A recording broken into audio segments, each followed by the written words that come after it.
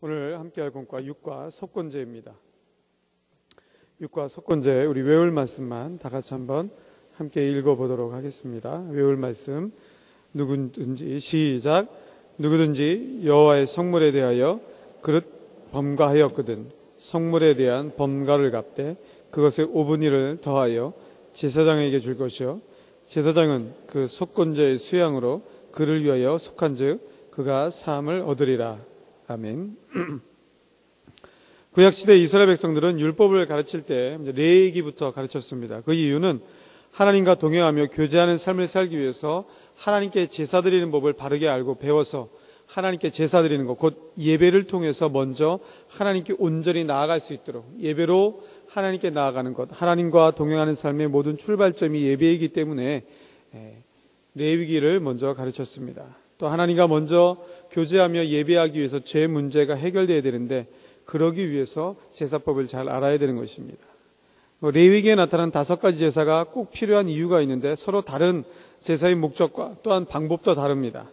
번제는 죄에 대한 형벌, 즉 하나님의 진노와 저주를 해결해 주는 그러한 제사로서 하나님으로부터 죄의 용서함을 받고 의롭다 칭함을 받는 칭의의 선언을 받는 그런 제사입니다. 화목제는 하나님과 친밀한 더 깊은 친교의 교제를 나누기 위한 제사이며 소제는 하나님께 올려드리는 감사의 제사이고 또 속제는 말 그대로 우리의 죄를 깨끗하게 씻어주는 제사입니다. 그리고 우리가 오늘 배울 속건제사는 피해를 보상하는 제사다라고 말씀드릴 수가 있습니다. 그럼 이러한 피해를 보상하는 이 속건제사의 특징을 살펴보면 이 속건제라는 히브리 말은 야삼인데 가오, 특히 재물을 사사로이 소비하는 불신행위를 말할 때 쓰이는 말로서 과오에 대한 견책, 과오에 대한 책임, 그 책임에 대한 모든 보상 행위 등을 포함하고 있습니다. 그래서 이 속건제사의 특징은 피해를 보상하는 것이다 라고 말씀드릴 수 있고 또 이 피해를 보상하는 것의 특징은 5분의 1을 더해서 그 피해를 입힌 것의 그 가격에 혹은 물건에 5분의 1을 더 얹어서 제사장에게 주거나 또는 그 피해를 입힌 일반 다른 사람에게 5분의 1을 더하여서 피해를 보상하고 갚고 와서 제사를 드린 것, 이게 바로 속건제사의 특징입니다. 그럼 이러한 속건제사의 종류, 어떨 때 속건제사를 드리냐? 첫 번째로 성물을 범했을 때에 속건제사를 드립니다. 성물이 무엇입니까? 바로 하나님께 바쳐진 것. 어떤 것들이 거룩한 성물이 됩니까? 먼저 하나님께 바쳐진 모든 것들이 다 거룩한 성물이 되는데 사람이 있습니다. 일반적으로 레위인들이 하나님의 전을 위해서 바쳐진 사람인데 이 레위인들 말고도 일반 사람들 가운데서도 하나님의 전을 위해서 애쓰고 수고할 사람으로 바쳐지기 원한다면 그 사람의 남녀노유 노동 대가를 따라서 계산을 해서 하나님께 바칠 수가 있었습니다. 또 사람뿐만이 아니라 자기 집이나 밭이나 소나 가축 이런 것들을 바칠 수 있었는데 그 바쳤는 것들을 물으려면 그것의 가격의 5분의 1을 더해서 속건제사를 드려야 한다라는 것입니다.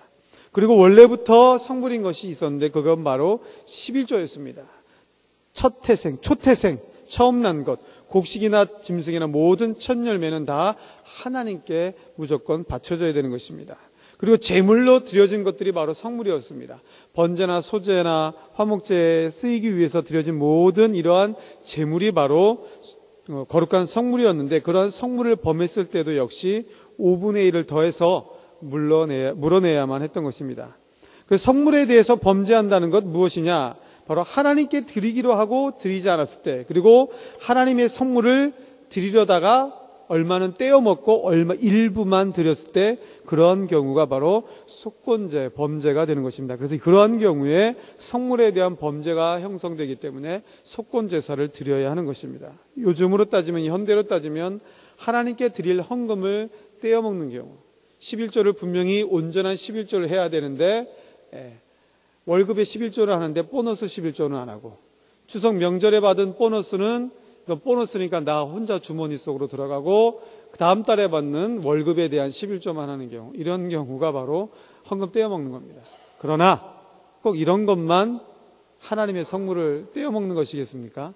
마음속에 작정하였다가 이번 우리 교구 헌신 예배 때 이번 선교회 헌신 예배 때 내가 이 정도 헌금을 해야지, 이렇게 모아뒀던 거 헌금을 해야지라고 저금통 뜯어보니까 너무 많아요. 이렇게 무거운 저금통은 강단에 올리기도 무거우니까 뜯어서 내가 편안하게, 목사님도 편안하고 돈 계수하시는 재정부도 편안하게 내가 바꿔서 이렇게 하자. 작정한 것 자체가 흔들리는 경우가 떼어먹은 것이고, 그런 경우가 바로 아나니아 삽비라의 경우가 되는 것입니다. 그렇게 범죄했을 경우는 5분의 1 더 해야 됩니다. 아시겠습니까? 하나님께 작정한 것 절대로 변하면 안 됩니다. 헌금도 마찬가지고 사람도 마찬가지입니다. 막 헌신 예배 드릴 때 뜨거워갖고 우리 아들을 별님으로 바치겠습니다. 그리고 헌신 예배 끝나고 나니까 언제 그랬냐는 듯이 너는 박사가 돼야 돼. 너는 교수가 돼야 돼. 너는 훌륭한 의사가 돼야 돼. 이러면 안 된다라는 것입니다. 아시겠죠? 아멘이 없네. 아시겠죠? 예. 다른 사람들과의 사이에서 남에게 피해를 입혔을 때 역시 속건 제사를 드려야 됩니다. 어떻게다가 남의 물건을 잘못해서 파손했을 경우, 내가 잘못해서 실수로 돌을 던졌는데, 내가 던진 돌에, 내가 그냥 화가 나서 돌 던졌는데 그 던진 돌에 소가 맞아 죽었든지 누가 맞아 죽었든지 뭐 이런 여러 가지, 혹은 실수로 인해서 남에게 피해를 입혔을 경우에, 그럴 때 그 피해에게 5분의 1을 더하여서 그 재산상의 피해를 보상하고 그 다음에 하나님께 와서 속건 제사를 드려야 되는데, 왜 속건 제사를 드려야 되느냐? 남에게 피해를 입힌 것도 하나님께도 죄를 짓는 행위임을 깨달아야 된다는 것입니다. 다른 사람에게 피해가 됐기 때문에, 나의 행동으로 인해서 그 다른 상대방이 피해를 입었고 또 괴로워하고 그 상대방에게 죄를 범했기 때문에 하나님께도 죄가 된다는 사실을 깨달아야 된다는 것입니다. 그래서 삭개오도 우리 주님을 만났을 때 자기가 토색한 것의 모든 것을 다 가난한 사람들을 위해 나눠주고 4배나 갚겠다라고 고백을 했던 것처럼, 우리의 성도된 삶도 혹 부지 중에 다른 성도들에게, 다른 사람들에게 피해를 입힌 것이 있거든 더 성심껏 보상하고 하나님께 회개하는 그런 회개의 예배가 있어야 되겠습니다. 그러나 훔친 것에 대해서는 배상의 정도가 달랐습니다. 일부러 작정하고 훔친 것, 남의 물건을 도적질한 것은 2배로 갚고, 때에 따라 소 1마리에는 5마리로 갚고 4마리로 갚고, 이러한 피해액이, 보상액이 틀렸다라는 것, 훔친 죄가 크다라는 것입니다.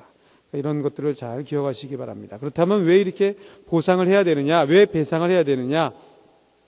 물질적인 손실에 정신적인 손실을 더하여 갚으라라는 의미입니다.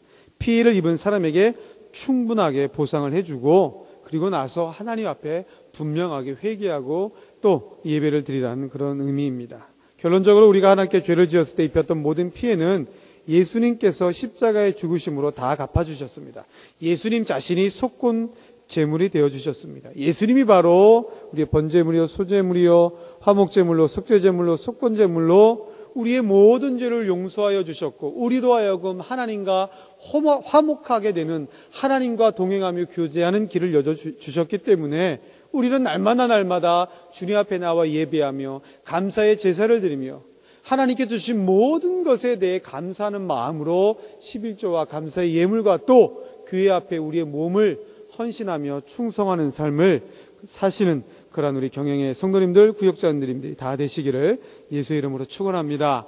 아울러서 이렇게 하나님이 보내신 독생자 예수 그리스도로 말미암아 우리가 하나님께로 바로 나아갈 수 있는 모든 은혜를 입었는데, 이번 추석 명절에 조상 사진 걸어놓고 제사하면 되겠습니까?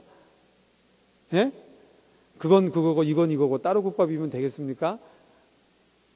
대답이 없네. 제사를 하겠다는 건지 말겠다는, 됩니까? 안 됩니까? 절대 안 되죠. 예, 분명한 것, 우리는 하나님 한 분께만 예배드리는 자가 되어야 됩니다. 자, 내용 연구 보겠습니다. 구약시대 이스라엘 백성들이 율법을 가르칠 때 레위기부터 가르친 이유가 뭐라 그랬습니까?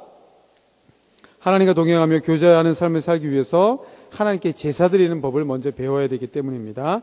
5가지 제사에 필요한 이유에 대한 설명이 틀린 건 몇 번입니까? 예? 4번? 맞습니까? 맞아요? 예, 맞습니다. 속건제사의 특징이 뭡니까? 피해를 보상하는 거, 5분의 1을 더해서 보상한다는 거. 속건제사의 종류가 아닌 건 뭡니까? 3번, 하나님의 명령을 어겼을 때 드리는 제사. 5번, 다음 중 거룩한 성물이 아닌 것은 무엇입니까? 네? 몇 번이요? 다음 중 거룩한 성물이 하는 것. 하나님께 바쳐진 사람, 집이나 밭이나 소나 가축, 11조, 짐승의 초태생, 곡식의 첫 열매, 하나님께 제물로 드려진 것. 어떤 것입니까? 2번 집이나 밭이나 소나 가축. 6번 남에게 피해를 입혔을 때 드리는 속건제사에 대해 설명 중 맞는 것은 몇 번입니까? 1번 남에게 피해를 입혔을 때는 그 피해에게 5분의 1을 더해 갚고 하나님께도 자신의 잘못을 고백해야 된다. 7번 배상은 왜 하는가에 대한 설명 중 틀린 것은 몇 번입니까? 배상과 회개는 아무런 상관이 없는 게 아니라 분명한 상관이 있습니다. 토론과 적용, 하나님 앞에서 속건제사를 드려야 할 일이 없는지 한번 생각해 보시기 바랍니다. 그리고 속건제사를 드리기 전 이웃과의 관계에서 먼저 해결해야 할 일이 없는지 생각해 보고 의논하시고, 또 구역예배도 드리시고, 또 구역원들과 즐거운 친교하시고 주일날 뵙도록 하겠습니다.